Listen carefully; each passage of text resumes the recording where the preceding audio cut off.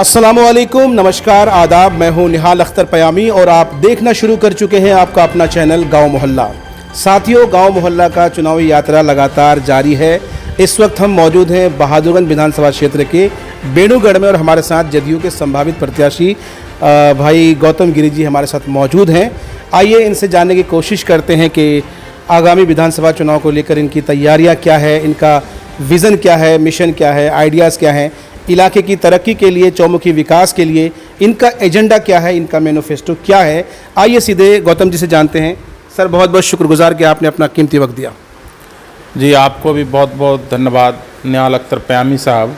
आपके चैनल के माध्यम से लोगों से मैं जुड़ पा रहा हूँ, इसके लिए मैं आपको लाख लाख धन्यवाद देता हूँ। बहुत बहुत शुक्रिया।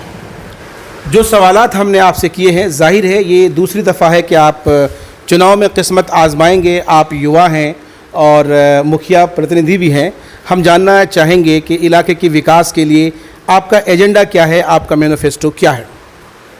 देखिए, हम बरसों से जुल्म और अन्याय के खिलाफ लड़ते आ रहे हैं। माननीय मुख्यमंत्री जी के जो है बिहार में जो है माननीय मुख्यमंत्री जी का जब से सरकार बना है तो ख़ास करके टेरहागाछ प्रखंड को जो है आकर के बार बार जो है देखने का काम किए हैं। यहाँ इस क्षेत्र का जो है इतिहास रहा है। पूर्व में जो है इस क्षेत्र में का विकास जो है काफ़ी कोसों दूर था। ये सुदूर देहाती क्षेत्र काफ़ी पिछड़ा जो है ये क्षेत्र। आज आप जो है इस क्षेत्र का जो है घूम रहे हैं तो शायद आपको पता चल ही रहा होगा, देख ही रहे हैं आप जो क्या स्थिति जो है अभी। इससे पूर्व में जो स्थिति काफ़ी ख़राब था इस क्षेत्र का। इस प्रखंड का भौगोलिक परिदृश्य आवागमन का समस्या था, पर पहले बदहाल शिक्षा की व्यवस्था थी, बिजली की कमी थी, शुद्ध पेयजल की कमी थी, किसानों के लिए सिंचाई का सुविधा। आप जो है इस क्षेत्र में माननीय मुख्यमंत्री जी के अथक प्रयास से जो है इस क्षेत्र को जो हम मुख्य धारा से जो जोड़ने का काम किए हैं, ये बहुत ही गौरव की बात है टेरहागाछ प्रखंड, टेरहागाछ के आम जनताओं के लिए। खास करके माननीय मुख्यमंत्री जी बार बार यहाँ पर आते रहे हैं, ये बहुत ही बड़ी बात। गौतम जी बार बार मुख्यमंत्री जी का जिक्र कर रहे हैं तो ये पूछना लाजमी हो जाता है कि फिर क्या वजह रही कि अगर मुख्यमंत्री की तरफ से उनकी ओर से पहल की गई तो फिर इलाके का विकास में कहाँ फिर बाधा आ गया, क्यों यहाँ का विकास रुक सा गया, थम सा गया, नहीं होया, कौन जिम्मेदार इसके लिए? देखिए, यहाँ के विधायक हैं, स्थानीय विधायक जो हैं वो अगर चाहते तो जैसे महागठबंधन में पिछले बार चुनाव जीते थे और उसके बाद माननीय मुख्यमंत्री जी तो सबका बात सुनते हैं, मिल करके ये जो है आराम से जो है इस क्षेत्र का सर्वांगीण विकास कर पाते। लेकिन अपना जो है ये पंजे वाले के चक्कर में पड़ करके अपना जो है इस क्षेत्र का विकास नहीं कर सका। अच्छा, ये जो इलाका है आपका इलाका, हम अगर टेढ़ागाछ की बात करें तो ये फ्लड अफेक्टेड एरियाज़ हैं। हर साल यहाँ बाढ़ आता है, हर साल तबाही होती है, हर साल लाखों लोग बेघर हो जाते हैं। आप आज विधायक के रूप में, संभावित प्रत्याशी के रूप में मैदान में हैं और आप मुखिया प्रतिनिधि भी हैं और आपका जो ख़ानदान है वो भी सियासी रसूख रहा है उनका। हम जानना चाहेंगे आपसे कि इस क्षेत्र के उन लोगों के लिए आपने क्या किया है जो हमेशा कहीं ना कहीं मदद की राह तलाशते हैं, कहीं ना कहीं उन्हें जो है उम्मीद की हाथों की नज़र होती है। देखिए, यहाँ के गांव, गरीब, किसान, मजदूर, दुखिया, बेसहारा लोगों का जो है पूरा विश्वास हम पर जो है इसलिए है, जो पिछले लोकसभा चुनाव में 2019 में यहाँ पर जो माननीय मुख्यमंत्री जी यहाँ पर आए थे लोकसभा के दौरान, खास करके जो है बैसाखी मेले के दिन, तो मंच से ही वो पूछे थे हम लोगों को जो यहाँ क्या है जी, बेनुगढ़ टीला के बारे में। तो हम लोगों ने बताया था कि ये सर ऐतिहासिक जगह है। तो फिर उन्होंने मंच से जो है इस यहाँ पर जो है आने का जो है बात बोले थे और उन्होंने आकर के इस क्षेत्र के जो है ऐतिहासिक जगह जो है ये बेनुगढ़ का टीला को एक चीज़ को देखने का काम किए हैं। यहाँ के हिंदू, यहाँ के मुस्लिम सभी लोगों को इस बात से काफ़ी हर्ष है और गर्वान्वित महसूस करते हैं। जो माननीय मुख्यमंत्री जी का जो है यहाँ पर आना बार बार इस क्षेत्र के लिए खास करके ये बहुत ही बड़ा बात है। अच्छा, बेनूगढ़ के बारे में कहा जाता है कि इसका धार्मिक और सांस्कृतिक इतिहास रहा है। हम जानना चाहेंगे, अगर धार्मिक और ऐतिहासिक इतिहास की अगर आपके पास जानकारी हो, हम चाहेंगे कि आप ये जानकारी हमारे व्यूअर्स के साथ ज़रूर साझा करें। देखिए, बेनूगढ़ टीला बाबा बेनू महाराज जो है हिंदू मुसलमान का एकता का प्रतीक है। वो कैसे, जो बैसाखी मेले के दिन सुबह 6 बजे से 12 बजे तक मुस्लिम लोग अपना दुआ मन्नतें मांगने के लिए आते हैं। उसके बाद 12 बजे के बाद हिंदू लोग पूजा अर्चना करते हैं। यहाँ पर कहीं कोई दिक्कत नहीं है। दोनों वर्ग के लोग, हम लोग मिलजुल करके रहते हैं, एक साथ रहते हैं। खास करके हम लोगों का जो टेरहागाछ प्रखंड का जो मांग है, यहाँ की आम जनताओं का जो मिजाज है, वो माननीय मुख्यमंत्री जी के ऊपर है। माननीय मुख्यमंत्री जी के ऊपर काफ़ी विश्वास है यहाँ के लोगों को। जैसे बार बार यहाँ पर आगमन हुआ, ऐसे विभूतियों को मैं सलाम करता हूँ। माननीय मुख्यमंत्री बिहार के विकास पुरुष, जिन्होंने इस क्षेत्र में आकर के हर तरह के समस्या को देखते हुए इस क्षेत्र का जो है जो ज़रूरत है उसको पूरा करते हुए। आपने कहा कि ये इलाका, इस क्षेत्र के जो लोग हैं, ये हिंदू मुसलमान के प्रतीक हैं। आप जिस पार्टी से आते हैं वो जेडीयू है और आपका गठबंधन बीजेपी के साथ है, और लगातार बीजेपी पर यह आरोप लगता रहा है कि उसकी जो राजनीति होती है, उनकी जो सियासत होती है, धर्म के आधार पर लोगों को बांटकर हिंदू मुसलमान की राजनीति कर अपनी राजनीतिक रोटी सेंकते हैं। क्या आपको नहीं लगता है कि इसका खामियाजा एक उम्मीदवार के तौर पर, जेडीयू के उम्मीदवार के तौर पर आपको इसका नुकसान उठाना पड़ सकता है? नहीं, जहाँ माननीय मुख्यमंत्री जी का बात है, तो ये बात जो है कहीं भी बने नहीं आएगा। इसलिए ये माननीय मुख्यमंत्री जी को जान रहे हैं जी, आम जनता जान रहे हैं माननीय मुख्यमंत्री जी को कि माननीय मुख्यमंत्री जी क्या हैं, यह स्पष्ट है। देश का संविधान कहता है कि all are equal before the law, कानून के समक्ष सभी बराबर हैं।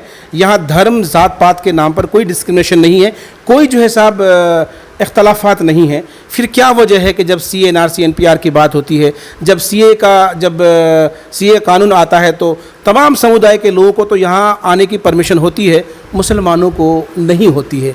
क्या आपको नहीं लगता है कि देश के संविधान पर यह आघात है? देखिए, जहाँ तक जो है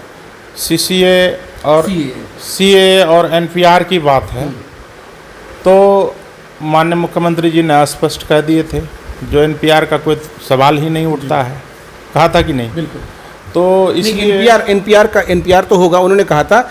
एनआरसी नहीं होगा, एनपीआर जो नया फॉर्मेट है उस पर नहीं होगा, बल्कि पुराने फॉर्मेट पर होगा जी। तो यहाँ पर कहीं ऐसा कोई बात नहीं है। अगर जो भी इस बात को उठा रहे हैं, अपने राजनीतिक करने के लिए उठा रहे हैं, जातिवाद का उन्माद फैलाना चाहते हैं, उनके पास और कोई मुद्दा नहीं है। इस क्षेत्र के लोगों को खास करके विकास का जो है जो विकास करेंगे उनके साथ जाएंगे। और जो यहाँ पर जो कांग्रेस का जो एमएलए है, उनके पास कोई मुद्दा नहीं है इसके अलावा जात के। अच्छा, मीडिया का एक बहुत बड़ा तबका कोरोना को लेकर कहीं ना कहीं तबलीगी जमात को लेकर जिस तरह से टारगेट किया गया, और हालांकि अभी मुंबई हाई कोर्ट ने जो फैसला सुनाया है कि कहीं ना कहीं मीडिया का एक बड़ा तबका एक षड्यंत्र के तहत तबलीगी जमातियों को बदनाम करने की कोशिश की है। आपको लगता है, आप क्या सोचते हैं कि धर्म के आधार पर चीज़ों को बांटना ये कहीं ना कहीं देश के संविधान पर आघात है? देखिए, कानून का राज है और कानून अपना काम कर रही है। इसमें जो है हम लोग कुछ बोलना नहीं चाहेंगे, इसलिए कि ये बात जो है, जो लॉ इन ऑर्डर है वो अपना कर रहा है। इस पर आप कुछ नहीं बोलेंगे, लेकिन आप इस पर तो बोलेंगे ना सर। गौतम गिरी जी की तैयारियां क्या है, चुनाव को लेकर के किस तरह की तैयारियां चल रही है, क्या कुछ करने का प्लान है, क्या कुछ आपके एजेंडे में शामिल है? देखिए, हम बहुत दिन से तैयारी में हैं, लगभग 1 साल पूर्व से, और यहाँ पर हम लोगों ने तरह तरह का कार्यक्रम भी किया है। और अभी जो सामने जो चुनाव है, इसको देखते हुए हम लोगों का जो है, खास करके जनता दल यूनाइटेड और भारतीय जनता पार्टी के सभी लोगों से जो है मेरा जो है मतलब मिलना जुलना, और उसका जो है उसके बाद जो है क्षेत्र में जो है किस प्रकार से जो है यहाँ पर लोगों को जो है अपने ओर जो है मैंने लाया जाए, लोगों को समझाया जाए, बुझाया जाए, ये कार्य मेरा चल रहा है। और समय जैसे आएगा और आगे जो है। गौतम जी, पिछले चुनाव में साल 2015 के चुनाव में जदयू कहीं ना कहीं गठबंधन के साथ जब चुनाव प्रचार प्रसार कर रही थी, तो मैंने वो वीडियो सुना है, वो क्लिप मेरे पास है, जिसमें नीतीश कुमार जी का सीधा सीधा प्रहार बीजेपी को लेकर के है कि बीजेपी बड़का झुट्टा पार्टी है आज। और फिर उसी तरह से नरेंद्र मोदी जी ने फिर जेडीयू के बारे में भी कटाक्ष किया था।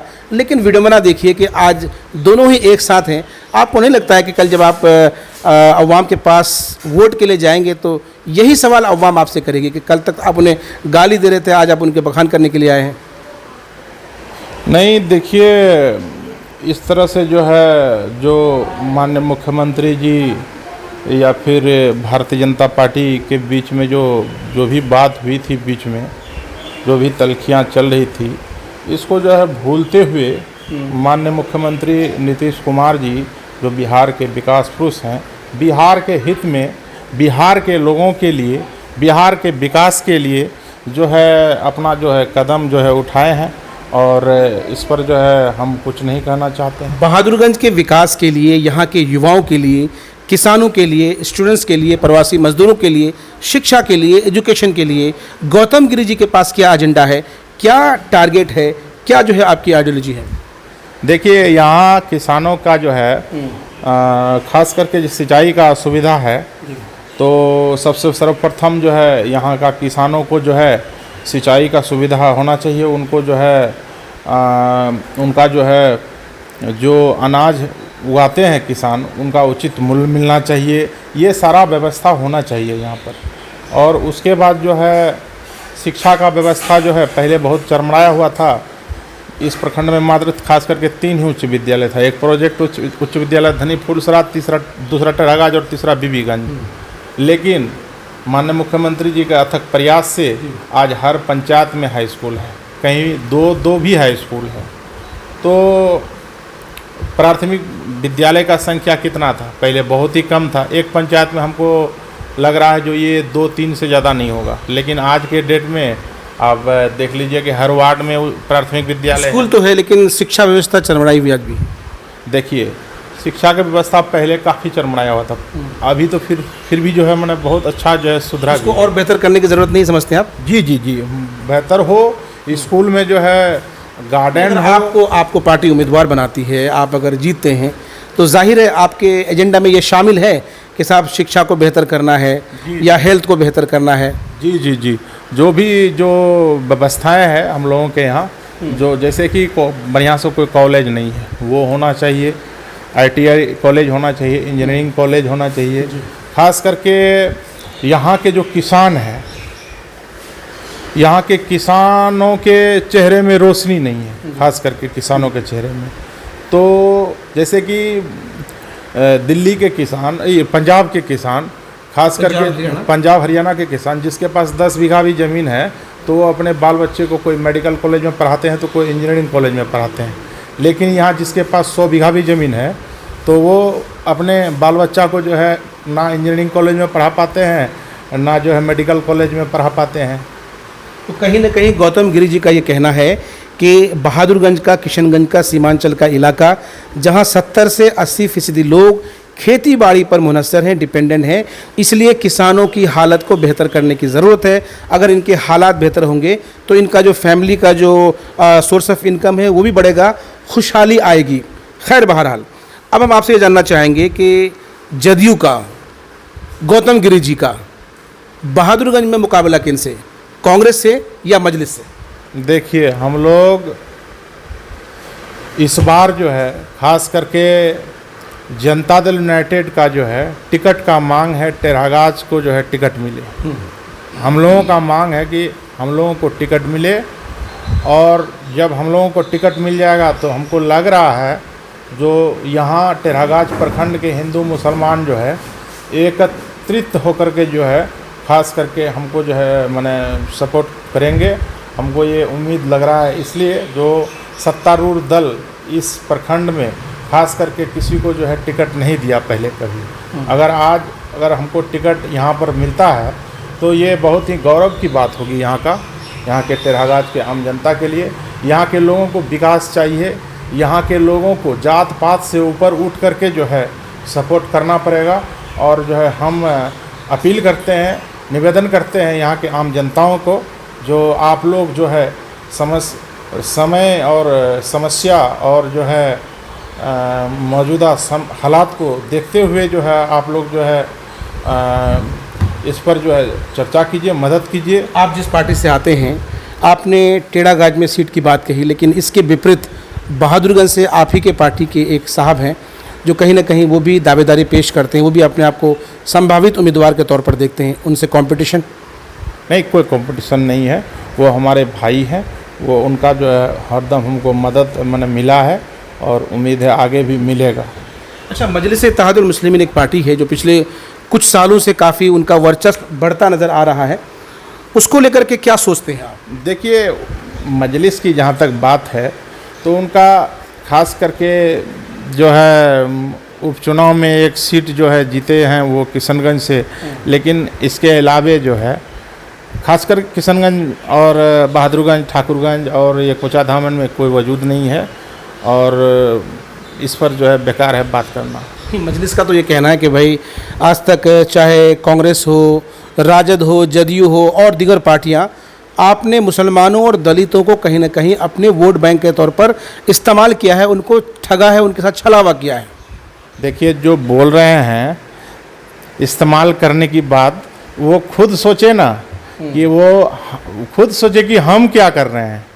आप तो सिर्फ मुस्लिम मुस्लिम मुस्लिम कर रहे हैं। वो दलित दलित बोलते हैं। दलित तो पीछे बोलते हैं, पहले तो वो मुस्लिम बोलते हैं। तो इस तरह से जो है नहीं होना चाहिए। एक दल का, एक पार्टी का विचारधारा ऐसा होना चाहिए जो सभी आदमी को लेकर के चले।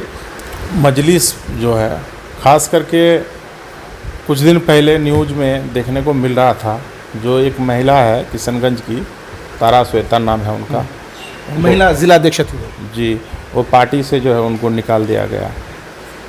तो अगर उसके अंदर में मुसलमान का जो है मतलब मुस्लिमों का जो है बात अगर मतलब नहीं हो करके सभी वर्ग को लेकर के चलने की बात होती तो उनको नहीं निकालते वो।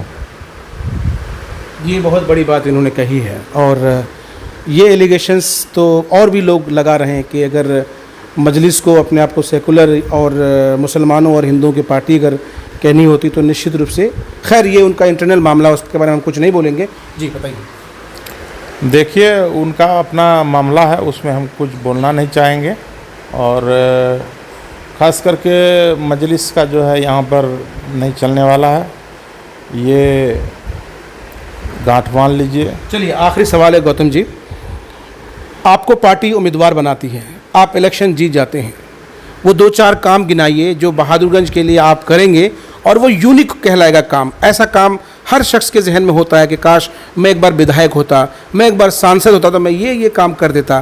कुछ है रोड मैप आपका? देखिए, माननीय मुख्यमंत्री जी के पीछे हैं हम लोग। माननीय मुख्यमंत्री जी जो आज लौचा का पुल बनाया है, तो ये बहुत ही बड़ी बात है इस क्षेत्र के लोगों के लिए। ऐसे कुछ करेंगे आप भी? हम लोगों को जो है बोलने का तो ज़रूरत ही नहीं है। हम लोगों के जो है माननीय मुख्यमंत्री जी बिहार के विकास पुरुष ने इस क्षेत्र के लिए बहुत कुछ किया है और सर्टिफिकेट देने का ज़रूरत नहीं है। चलिए, तो गौतम गिरी जी ने कहा कि आपके चैनल से मैं जो है आवाम को एक पैगाम देना चाहता हूँ, एक मैसेज देना चाहता हूँ कि आगामी 6 सितंबर को माननीय मुख्यमंत्री जी बिहार के विकास पुरुष का वर्चुअल रैली है, पहली वर्चुअल रैली है। इस वर्चुअल रैली में लाखों लोग जुड़ रहे हैं, जुड़ सकेंगे। आप सभी बहादुरगंज विधानसभा वासियों से मेरा अपील है, खास करके युवा नौजवानों से, माताएं बहनों से, दलितों से, अगरों से, पिछड़ों से, जो हर वर्ग के लोगों से मेरा अपील है जो माननीय मुख्यमंत्री जी से जुड़ें और जो है माननीय मुख्यमंत्री से जुड़ करके उनके बातों से लाभान्वित हो और अपने इस बहादुरगंज विधानसभा को मजबूत बनाएं। माननीय मुख्यमंत्री नीतीश कुमार के साथ चले, उनके बढ़ते कदम को जो है मजबूत करें। चलिए, ये तो इनका जो है साहब मैसेज है, पैगाम है। अब आपको डिसाइड करना है कि आपको किन के साथ चलना है। हम अपनी तरफ से अपील नहीं करें कि भाई आप इनके साथ चलिए या उनके साथ चलिए, लेकिन हाँ, हम आपको समझाना चाहेंगे कि वर्चुअल रैली क्या चीज़ है। आप में से बहुत सारे लोग ऐसे हैं जिन्हें वर्चुअल रैली शायद नहीं पता हो। आप सबको मालूम है कि इस वक्त जो है हम कोरोना काल से गुजर रहे हैं और सोशल डिस्टेंस का विशेष ख्याल रखा जाता रहा है। और हिंदुस्तान की तारीख में, दुनिया की तारीख में पहली बार ये ऐसा चुनाव होगा जहां पर सभाएं नहीं की जाएंगी, बल्कि नीतीश कुमार जी पटना से ही अपनी जो रैली करेंगे उसको आप सोशल मीडिया के ज़रिए, टीवी के ज़रिए, फेसबुक, व्हाट्सएप और ट्विटर के ज़रिए आप उन तक पहुंच सकते हैं, उनको सुन सकते हैं। क्या तारीख बताया आपने?